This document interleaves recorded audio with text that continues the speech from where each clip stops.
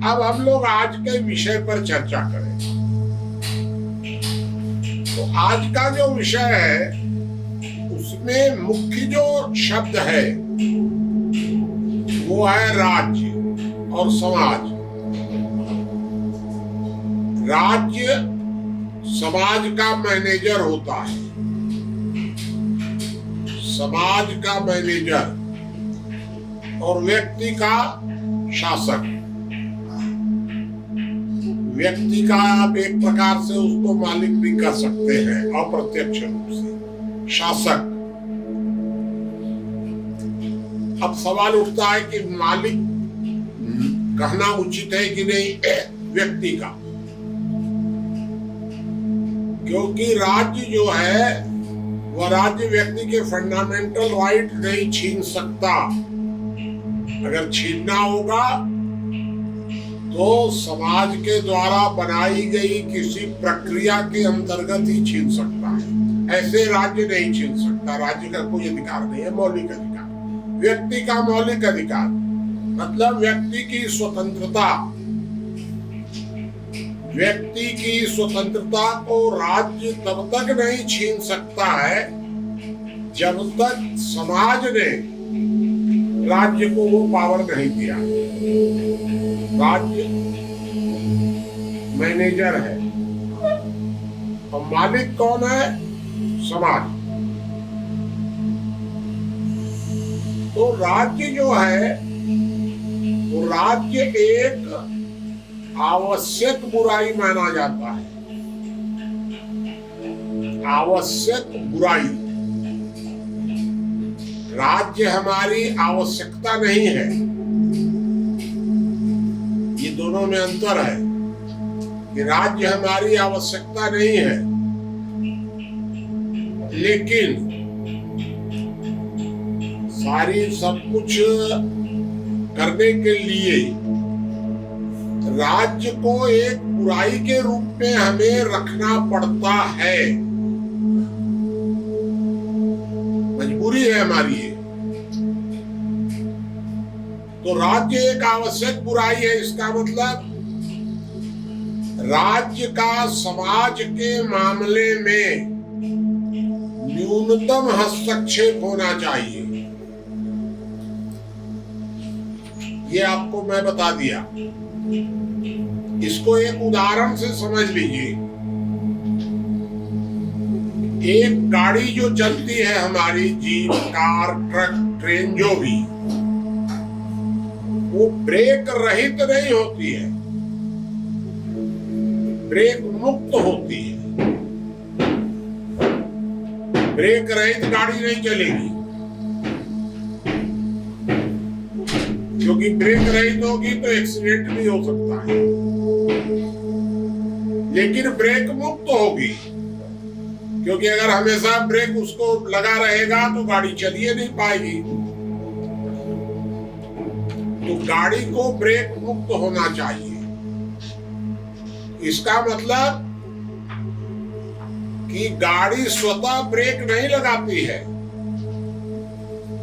एक कोई ऊपर से कंट्रोलर होता है कि जब ब्रेक लगाने की कोई खतरा आ गया तब वो ब्रेक लगाता है और अन्यथा गाड़ी फिर फ्री कर देता है, गाड़ी चलते रहती है।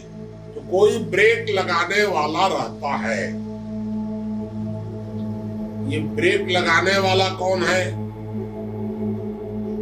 ये ब्रेक लगाने वाला ही है संविधान। संविधान का मतलब एक सिस्टम, केवल एक सिस्टम है, संविधान कुछ नहीं है।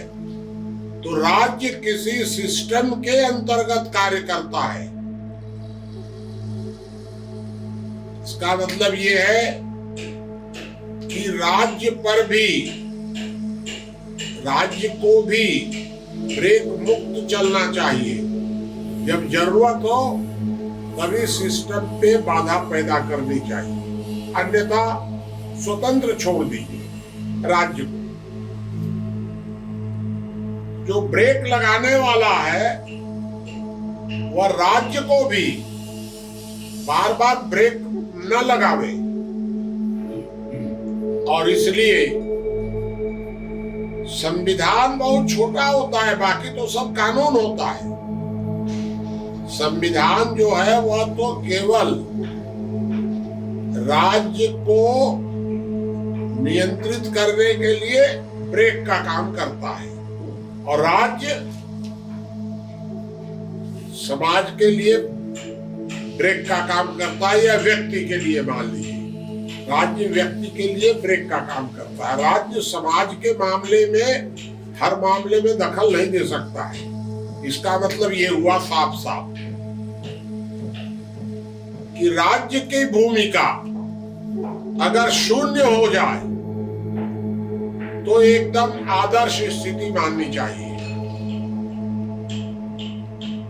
ऐसा केवल कल्पना है, ऐसा हो तो सकता नहीं है, क्योंकि अपराधी तो रहेंगे ही, और अपराधियों पर नियंत्रण समाज कर नहीं सकता है। अपराधियों पर नियंत्रण तो राज्य ही करेगा, सिस्टम करेगा अपराधियों पर नियंत्रण। तो इसका सीधा सीधा अर्थ ये हुआ कि राज्य मुक्ति संभव नहीं है। यद्यपि आदर्श है, राज्य विहीन व्यवस्था ये असंभव है, आदर्श है। तो न्यूनतम राज्य का न्यूनतम हस्तक्षेप होना चाहिए आदर्श स्थिति में, अधिकतम नहीं, संतुलित हस्तक्षेप भी नहीं, न्यूनतम हस्तक्षेप होना चाहिए राज्य का। इसलिए राज्य को किसी संविधान के अंतर्गत चलना उसकी मजबूरी है। राज्य संविधान से ऊपर तो हो ही नहीं सकता कभी भी। ये हम लोगों को एक बात अपने दिमाग में रखनी चाहिए। सबसे ऊपर है समाज, समाज के नीचे संविधान, संविधान के नीचे राज्य माने तंत्र। तंत्र जो है, जैसे समाज ने संविधान बनाया उसी तरह तंत्र ने कानून बनाए। तो तंत्र के नीचे कानून, और कानून के नीचे व्यक्ति। सबसे नीचे कौन हुआ? व्यक्ति।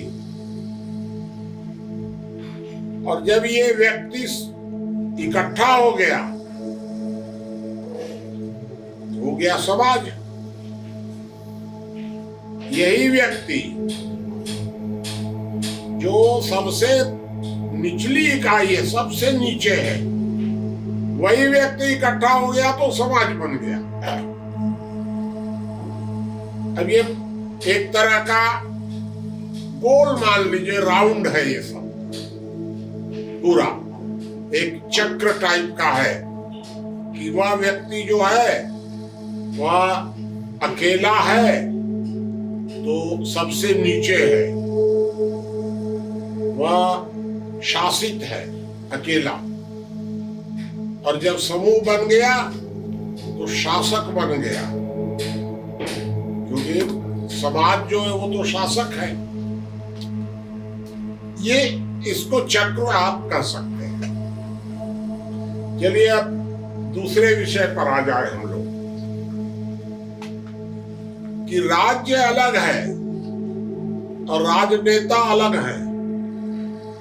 राज्य माने तंत्र, तंत्र के 3 भाग हैं, न्यायपालिका, विधायिका, कार्यपालिका। तो राजनेता जो होता है वह सिर्फ विधायिका का भाग होता है। कार्यपालिका में भी आजकल राजनेता ही चले गए हैं, वो एक अलग से विषय कभी देखेंगे। न्यायपालिका का ढांचा अलग होता है, कार्यपालिका का अलग होता है, विधायिका का अलग होता है। वो एक विकृति है कि न्यायपालिका को स्वतंत्र करके और कार्यपालिका पर भी राजनेताओं ने कब्जा कर लिया। आगे चर्चा आएगी इस संबंध में। तो जो कार्यपालिका अलग है, विधायिका अलग है। तो आदर्श स्थिति में राजनीतिज्ञ या राजनेता जो होते हैं वो विधायिका के भाग होते हैं। राजनेताओं के पास जितनी ताकत इकट्ठी होती जाएगी, राजनेता जितना हावी होता जाएगा, उतनी ही आपको खतरा पैदा होता चला जाएगा। तो राजनेताओं के पास कभी भी शक्ति इकट्ठी नहीं होनी चाहिए, क्योंकि लोकतंत्र है। तानाशाही में तो सारी ताकत राजनेताओं के पास इकट्ठी हो जाती है, लेकिन लोकतंत्र में शक्ति राजनेताओं के पास इकट्ठी होनी ही नहीं चाहिए। एकदम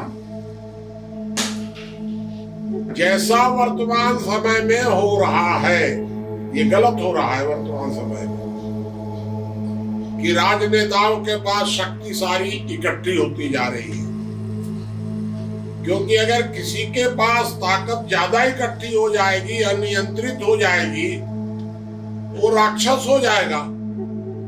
उसको कौन कंट्रोल करेगा?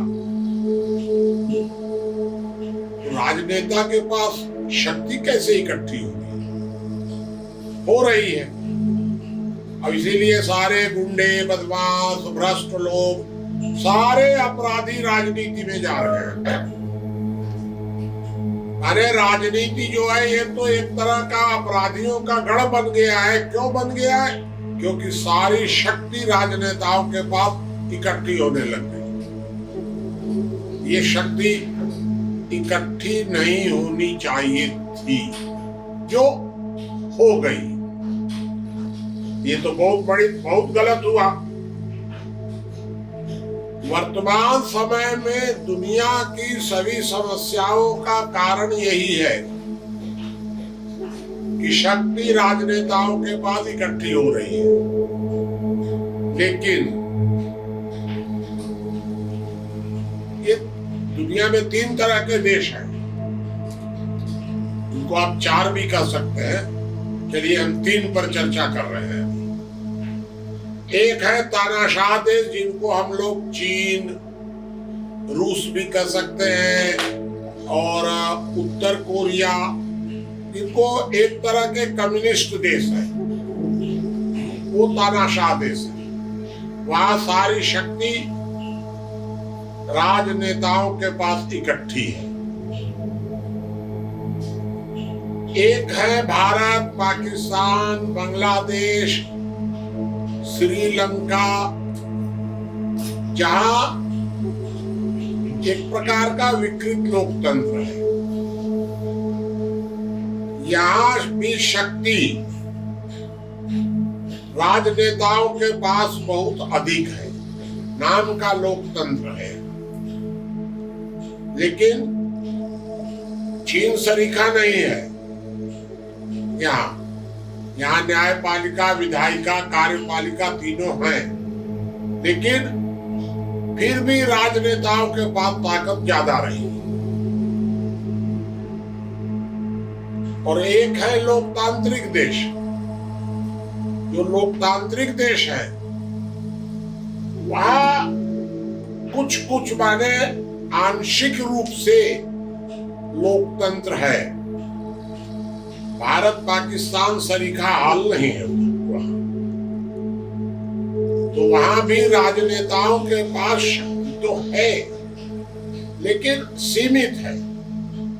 अरे भारत सरीखे देशों में तो असीमित है, कुछ नहीं है। यहाँ सब माने मनमानी है। लेकिन चाइना, रूस सरीखा नहीं है। ये अंतर करने की जरूरत है। तो भारतीय लोकतंत्र को हम चीन, रूस, उत्तर कोरिया की तुलना में अच्छा कह सकते हैं और अमेरिका, ब्रिटेन, फ्रांस इनकी तुलना में बुरा कह सकते हैं। ये लोकतंत्र का हाल है, क्योंकि शक्ति राजनेताओं के पास इकट्ठी होती जा रही है। ये घातक है। तीसरी बात ये है, मैं कहना चाहता हूं, दो विषय मैंने आपके सामने रखे हैं। तीसरा विषय ये है कि भारत में खासकर एक बीमारी फैल गई है कि राजनीतिक दलों के या इस सिस्टम के प्रवक्ता, कुछ धर्म के प्रवक्ता बन गए हैं, कुछ राजनीतिक दलों के प्रवक्ता बन गए हैं, और ये जितने लोग आपको निष्कर्ष दे रहे हैं, प्रवक्ता मतलब कौन? जैसे हम लोग जो बैठ करके कर रहे हैं, अभी चिंतन कर रहे हैं, इसके बाद कुंभ होगा। कुंभ में आप लोग प्रशिक्षित लोग बैठेंगे और फिर मंथन करेंगे, और जो प्रशिक्षित लोग बैठकर मंथन करेंगे, उस मंथन के बाद जो निष्कर्ष निकलेगा वो निष्कर्ष आप समाज को देंगे। तो जब आप वह निष्कर्ष समाज को देंगे संस्थान के नाम से, आप अपने नाम से तो देंगे नहीं, आप तो ये देंगे कि यह संस्थान का है, क्योंकि रिसर्च तो वैज्ञानिकों ने किया है। वो वहां जो बैठे हुए थे वो तो वैज्ञानिक थे कुंभ में। तो जो आप समाज को रिसर्च देंगे उसमें आपको प्रवक्ता मान लिया जाएगा कि आप संस्थान के प्रवक्ता हैं, क्योंकि संस्थान द्वारा निकाले गए निष्कर्ष आप समाज को प्रस्तुत कर रहे हैं, तो आप प्रवक्ता हो गए। इसी तरह वर्तमान में कुछ राजनीतिक दलों के प्रवक्ता हैं, कुछ न्यायपालिका के प्रवक्ता हैं, कुछ सरकार के प्रवक्ता बने हुए हैं, कुछ धार्मिक संगठनों के प्रवक्ता हैं। ये प्रवक्ता लोग स्वतंत्र नहीं हैं, इनका अपना अपना रंगीन चश्मा है, ये समझने की जरूरत है। इनका अपना अपना कुछ नहीं है, रंगीन चश्मा है इनका। तो इनको वही चीज दिखती है, क्योंकि अब जब चश्मा ही रंगीन है इनका, तो इनको तो वही दिखता है कि यही सही है। जो प्रवक्ता हैं उनको या तो ये कहना चाहिए कि हम संस्थान की तरफ से अपनी बात रख रहे हैं, और अगर वो अपनी बात रखते हैं तो स्वतंत्रता पूर्वक रखना चाहिए कि मैं कह रहा हूं। तो बात क्या है कि बात तो रखेंगे वो लोग किसी दूसरे की और कहेंगे हमारी, ये गलत है। इसलिए मार्गदर्शक जो होता है वो मार्गदर्शक को बिल्कुल स्वतंत्र सोच वाला होना चाहिए। मार्गदर्शक को कभी भी उसका चश्मा रंगीन नहीं होना चाहिए। हमारे मान लीजिए कि हमारे तरफ से कोई प्रशिक्षित लोग जो निष्कर्ष निकलेगा समाज को देंगे, लेकिन अगर समाज का जो प्रवक्ता होगा हमारे तरफ से संस्थान का, वो जिस बात को गलत समझेगा वो समाज को नहीं देगा। अगर वो समाज को देगा गलत तो वो प्रश्नोत्तर में फंस जाएगा, जो खुद तो समझता है कि गलत है। तो सबको स्वतंत्रता होनी चाहिए कि आप व्यक्तिगत रूप से जिस बात को सही मानते हैं उतना ही समाज को दीजिए। गलत मानते हैं तो मत दीजिए, क्योंकि आप स्वतंत्र हैं, मार्गदर्शक हैं। ये जो रक्षक पालक सेवक हैं उनको अलग छोड़ दीजिए। तो आप जितना सहमत है उतना दीजिए। और वर्तमान में क्या कर रहे हैं लोग, बस जो पुराने समय में जो कुछ लिख दिया गया शास्त्रों में उसी को रटे जा रहे हैं। वर्तमान समय में वह जो कुछ पुराने शास्त्रों में लिखा हुआ है, धर्म ग्रंथों में लिखा हुआ है, मुसलमानों का तो छोड़ दीजिए, उनको तो कुरान अंतिम सत्य है। तो वे तो अब कुरान से इधर उधर हो ही नहीं सकते हैं, क्योंकि उनको तो पाप लग जाएगा बेचारों को। बाइबिल भी कुछ ना कुछ इस तरह की झंझट में है, साम्यवादी भी कुछ झंझट में है, सिख भी झंझट में है। लेकिन आपके पास तो ऐसी झंझट नहीं है, आप तो स्वतंत्र हैं, आप किसी किताब से बंधे हुए नहीं हैं। फिर भी आप अगर पुराने धर्म ग्रंथों को अंतिम सत्य मान लेंगे, ये गलती आपकी है। इसलिए मैंने आपको क्या कहा, यथार्थ दर्शन होना चाहिए। पुराने धर्म ग्रंथों को आप अनुभव में लाइए, पुराने अनुभव पढ़िए, समझिए।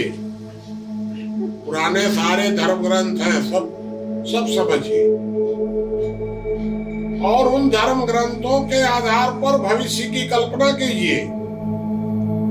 इस धर्म ग्रंथ में लिखा हुआ है और उसका परिणाम अभी क्या निकल रहा है और आगे क्या निकलेगा, और उसमें से जो आपको ठीक लगे वर्तमान स्थिति में वो संशोधन करिए और उस मुताबिक आप प्लान बनाइए। क्योंकि आप गाड़ी जो चल रही है उसमें आप ड्राइवर हैं, निर्जीव नहीं है, आप सजीव हैं। तो आपको स्वतंत्रता होगी कि कहाँ ब्रेक लगाना है, कहाँ नहीं लगाना है, ये आप अपने दिमाग में रखिए। आप कोई साधारण इसी तरह के व्यक्ति नहीं है। ये मैंने आपको तीसरी बात बता दी एक तरह से। अब एक चौथी बात और आपके सामने रखूंगा। तो चौथी बात यह है कि लोकतंत्र में जो सांसद होता है, हम लोग सांसद चुनते हैं। सांसद विधायिका का भाग होता है कि कार्यपालिका का भाग होता है? तो आदर्श स्थिति में सांसद विधायिका का भाग होता है। सांसद केवल कानून बना सकता है, सांसद क्रियान्वयन में दखल नहीं दे सकता है, क्योंकि सांसद तो विधायिका का भाग है। तो जब सांसद विधायिका का भाग है तो वह अपने संसदीय क्षेत्र का प्रतिनिधि नहीं है, क्षेत्र से प्रतिनिधि है। संसद में हमने 542-43 लोगों की संसद बनाई है। तो 543 लोगों के लिए जो चुनाव पद्धति बनाई, तो एक छोटे छोटे संसदीय क्षेत्र बना दिए, और हर संसदीय क्षेत्र से एक आदमी हमने चुन लिया। वह जो आदमी है वो केवल कानून बनाने वाला है। कानून किसके लिए बनाएगा? अपने क्षेत्र के लिए नहीं बना सकता है। कानून तो देश के लिए बनाएगा। तो क्षेत्र का प्रतिनिधि अपने क्षेत्र की चिंता कैसे करेगा? विचित्र बात है ये। कैसे कैसे अब मूर्ख लोग हैं एकदम। इसको मूर्ख कहिए या धूर्त कहिए। मैं आपको ये बता दूं कि राजनीति में समझदार आदमी तो है ही नहीं है। या तो राजनीति में आपको धूर्त मिलेंगे या मूर्ख मिलेंगे। अगर कोई समझदार होगा तो काहे को जाएगा वो? अब राजनीति में काहे के लिए जाएगा? समझदार होगा तो वो समाज की चिंता करेगा। या तो आपको राजनीति में है माने धूल, कमाने के लिए गया है, लोगों को गुलाम बनाने के लिए गया है, अगर नेतागिरी कर रहा है, स्वार्थ है उसका, बिजनेस। या तो राजनीति एक प्रकार का बिजनेस है, और नहीं तो ना समझ लोग चले जाते हैं किसी तरह से कि देखो क्या है। तो एक बात समझ लीजिए कि सांसद जो चुना जाता है वो क्षेत्र के लिए नहीं चुना जाता है, क्षेत्र से चुना जाता है, क्योंकि वो कार्यपालिका का भाग नहीं है। सांसद एक सिस्टम का हिस्सा है, सांसद विधायिका का भाग है। आदर्श स्थिति में आपको बता रहा हूं, वर्तमान में तो सब घपला ही है, इसका हम क्या कर सकते हैं, नहीं हमारे हाथ में क्या है। तो सांसद को कभी भी क्षेत्र का प्रतिनिधित्व नहीं करना चाहिए, क्षेत्र की चिंता कभी नहीं करनी चाहिए। सांसद पूरे देश का होता है, पूरे देश का कानून बनाता है, और इसीलिए सांसद क्षेत्र से चुनाव नहीं लड़ता है। सांसद जो होता है वो देश का कोई भी व्यक्ति किसी भी क्षेत्र से चुनाव लड़ सकता है, उस क्षेत्र का होना उसके लिए आवश्यक नहीं है, क्योंकि जो चुना जा रहा है वो देश के लिए चुना जा रहा है, कानून बनाने के लिए वो वहां जा रहा है। बताइए भारत, कैसे कैसे लोग हैं जो अरे इतनी छोटी सी बात नहीं समझते हैं। ये सीमा बनी हुई है सबकी। एक बात दिमाग में रखिए कि राजनेता कभी भी क्षेत्र का प्रतिनिधित्व नहीं करता है,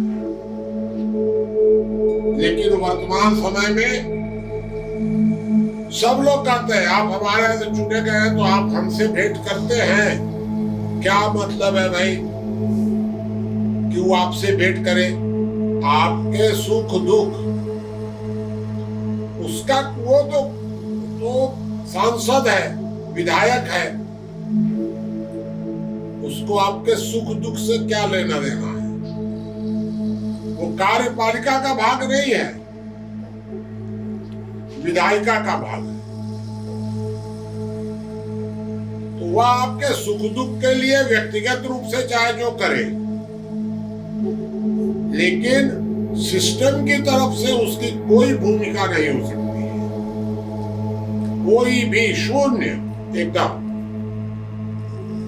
अब आजकल तो ये सारा कार्यपालिका और विधायिका को ऐसा घपला कर दिए सब कि सारा सिस्टम ही कंडम हो गया है, क्योंकि ये तो राजनीति माने दुकान बना लिए। वो आगे चल के कभी 1-2 हफ्ते के बाद वो आएगा, गीत भी आएगा आपके सामने। चलिए ये मैं आपको इतना बता दिया। अब एक अंतिम बात इसके साथ और जुड़ी हुई है, और वो ये है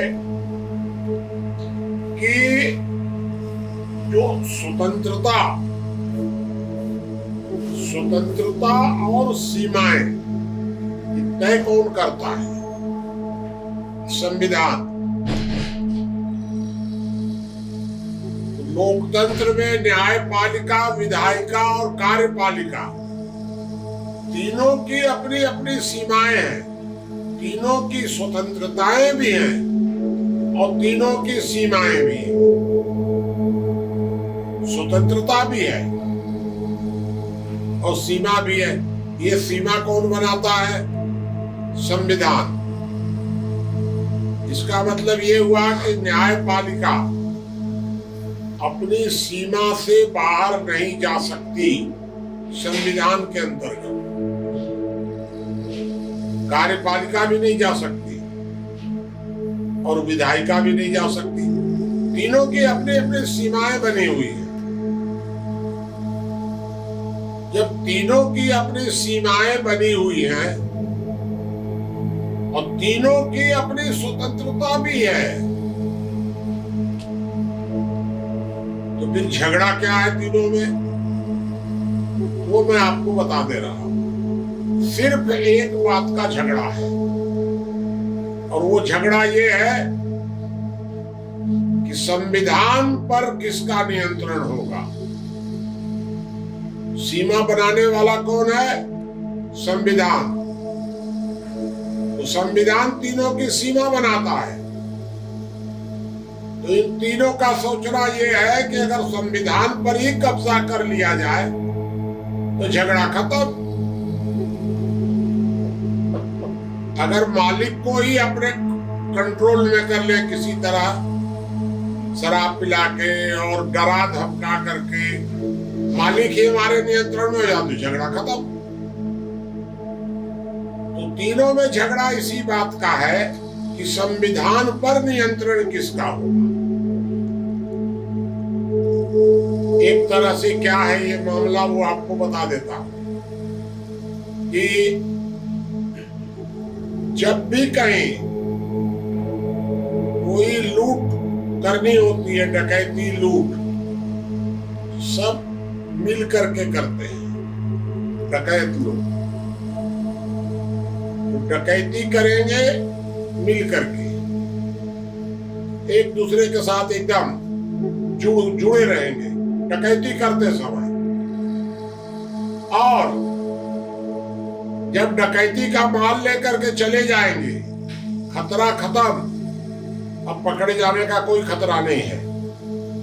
तो जो बंटवारा होगा तो झगड़ा होगा। ये स्वाभाविक है कि लूट के माल में लूट करते समय कोई विवाद नहीं है और बंटवारा में झगड़ा होगा। तो जब ये लोग समाज को गुलाम बना रहे थे, गांधी के मरते ही सारे नेता प्रसन्न हो गए, एकदम खुश हो गए। गया, झगड़ा चला गया। अब क्या है, गांधी गया ना, झमेला खत्म। अब तो हम सर्वे सर्वा है। तो गांधी के मरते ही इन लोगों ने लोकतंत्र की परिभाषा बदल दी, और लोकतंत्र की परिभाषा बदल करके और इन्होंने समाज को गुलाम बनाने की योजना बनाने शुरू कर दी। वो सारा पूरा इतिहास है पूरा का।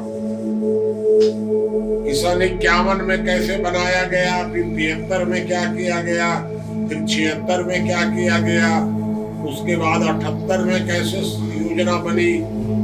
समाज को इन लोगों ने गुलाम बना लिया। तो समाज के सारे अधिकार तो लूट लिए। किसने लूटे? तीनों ने मिलकर। उस समय न्यायपालिका, विधायिका और कार्यपालिका का कोई विवाद नहीं था लूटते समय। और जब लूट लिए तो बंटवारा में झगड़ा शुरू हो गया।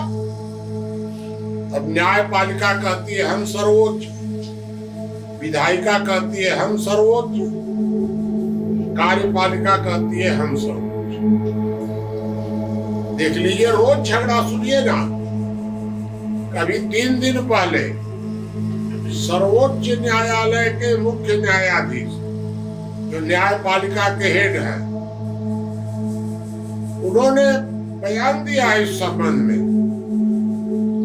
कि न्यायपालिका की सीमाओं का अतिक्रमण किया जा रहा है विधायिका के द्वारा। केंद्रीय कानून मंत्री रविशंकर प्रसाद जी ने भी बयान दिया है, न्यायपालिका अपनी सीमाएं नहीं समझ रही है। अभी बंगाल में आप राज्यपाल और मुख्यमंत्री का पढ़ते होंगे रोज, वहां भी वही हाल है। हमारे क्या अधिकार है, हमारे क्या अधिकार है, बस। ये न्यायपालिका, कार्यपालिका, विधायिका, ये सब गड़बड़ है, साफ कुछ नहीं। क्यों साफ कुछ नहीं है? क्योंकि इनकी नीयत खराब है। और इसलिए अब हम लोग के सामने यह संकट आ गया है कि हम इस तंत्र की गुलामी से, तंत्र ने हमको गुलाम बना के रखा है। गांधी के मरते ही तंत्र ने अपने को मालिक घोषित कर दिया। इन्होंने कहा क्या कि वो आज का विषय नहीं है, लेकिन मैं आपको बता देता हूं कि इन्होंने क्या तर्क दिया। तंत्र के न्यायपालिका, विधायिका और कार्यपालिका तीनों ने यह कहा कि लोग अर्थात भारत की जनता अपढ़ है, शराबी है, अयोग्य है, नाबालिग, इन्होंने लिखा है नाबालिग शब्द, कि लोग अभी नाबालिग हैं और इसलिए कुछ वर्षों तक सरकार को कस्टोडियन होना चाहिए, मैनेजर नहीं। तो इन्होंने अपने को कस्टोडियन घोषित किया गांधी के मरने के बाद। ये हो गए कस्टोडियन, हम हो गए नाबालिग। तो कस्टोडियन हो करके और ये मालिक हो गए। यही तो है, सारा हमारा सब कुछ, सारी स्वतंत्रता इन लोगों ने लूट ली। ये लुटेरे हैं, डकैत है ये लोग जो कहते हैं कि हम शासक हैं। ये वास्तव में लुटेरे हैं, क्योंकि इन लोगों ने हम लोगों को गुलाम बना के रखा है।